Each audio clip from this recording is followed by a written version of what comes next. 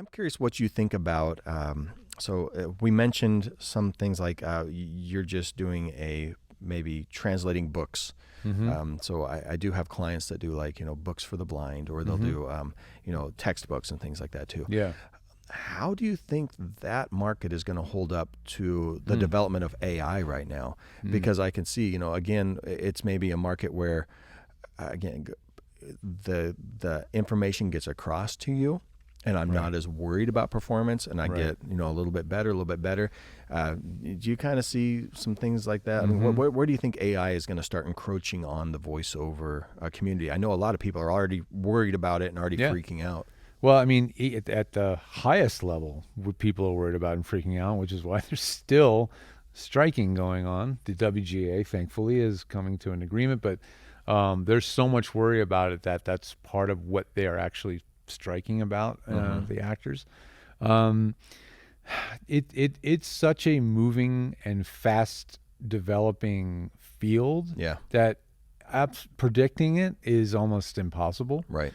There are certainly already uses of AI voices that are just now established, like watching YouTube videos about random facts and interesting topics, like top 10 cool machines, this and that, all, those are almost all now AI voices. Like I've noticed, they're pretty good quality, but when you start hearing them over and over, you're like, the trained ear. That's that AI voice again. So there are definitely, it really comes down to the more budget sensitive the project is, the more likely they're probably going to get and use AI.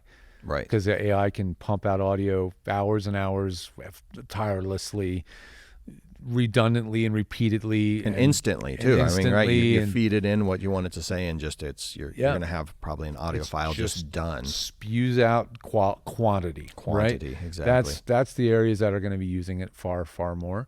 But on the other end of the scale, there's just, as I alluded to earlier, humans. People like working with humans. People are always going to like working with humans, no matter what.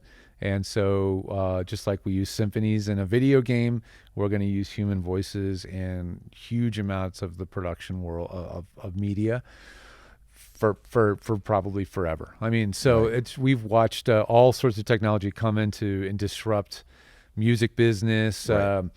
Drum machines in the 80s, they were all the rage in the 80s, right? Play any song and think of the sound of the drum machine. Did that mean that the 90s was all about the drum machines and 2000s were all about the drum? Yeah. No, you saw the grunge culture and just come back and let's completely go against the polished, absolutely. It was like a complete, there was a complete it's a backlash. rebellion. That's the same stuff's going to happen here. So yeah, there are parts of the business we're going to lose as voice actors. There's just no two ways about it. It's going to happen. It already is. But there's still huge amounts of the business that will not.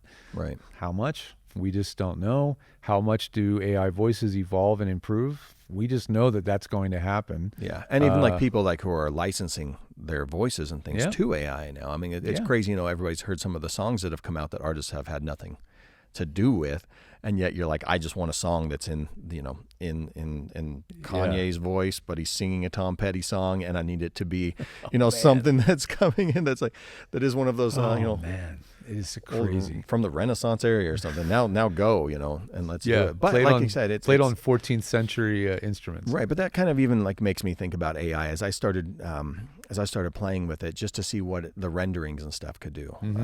Starting playing with Midjourney and some of those other ones, and they're cool, but they don't seem inspired. No matter what, at the end of the day, it does feel like a copy of what somebody has already been inspired to create. Yeah. And I think that's the big thing about artificial intelligence. It's still artificial intelligence, and it doesn't have the inspiration. I mean, it can be programmed to have what we think inspiration is from, but it doesn't actually access the muse, at least not yet. Yeah, well, and that's another thing I was saying. I was like, and I know these technologies are changing by the week. We know this, but to get an AI voice to eke out a convincing quality performance will be a very difficult process for the producer, programmer, whoever it is that's doing it. Far less efficient than an actor. Right. So an actor is going to emote an amazing performance that can vary and change based on your direction instantly. An AI voice, not a chance. What are you're going to have like 17 different little sliders on the screen. Keep spinning the This dial. thing, this tweak this here, add this little speed.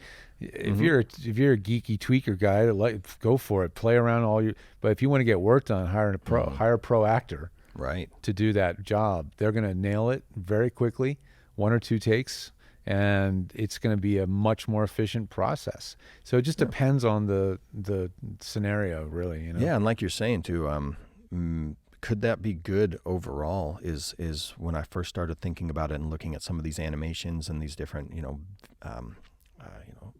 illustrations and things that were being done, is those are okay and passable.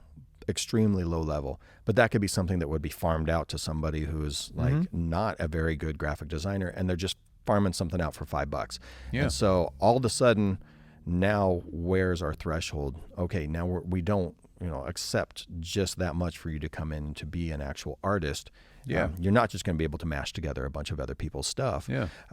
But you're actually going to have to use some of that inspiration. You're going to have to really push into art. And so are we going to see like a completely, upping the level of everything? We're gonna, and same thing in performances. I think so. So could that just be good for everybody? Could the AI that everybody's afraid of mean, no, actually humans are actually more valued now at this point, and you need to bring your game up. You can't just be doing these little, it's kind of like bionics. Like it just makes humans have more superhuman ability.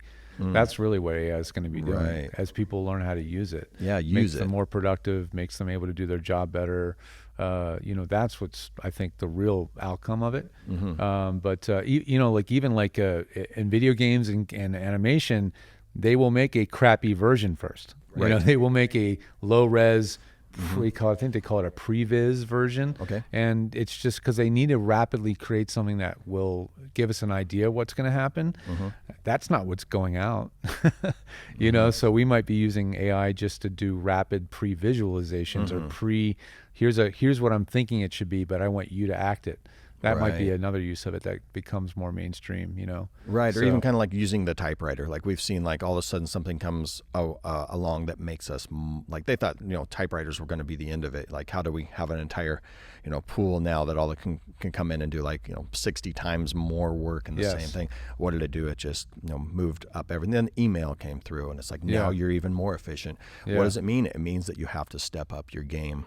As a creator, as an employee, as something, and get so you've removed the little work out of it, and now you can get to the things that are the bottom line. Guys, AI is here. It's not going anywhere. It's getting better. You want to kind of learn about what is being used in your area of work and start learning to use it. It's scary. It's overwhelming. There's a lot of options, but you want to start learning how to use it to your advantage because it will keep you competitive. Right. And that's the long and the short of it. It'd be like writing a novel and saying, "Well, I don't use spell check. I really do it manually." You can't do that. You can't get a thing done in time. You can't meet a budget or deadline. You can't. So then we have spell check, then we have grammar check, and so this is really spell check, grammar check, next level. This is like unbelievably efficient autocorrect or autocomplete, really, is what it is. So you just want to know how to make use of those tools in an appropriate way. You can focus on being the more human part of the entire process. Exactly. Kind of frees you up to do those kinds of things.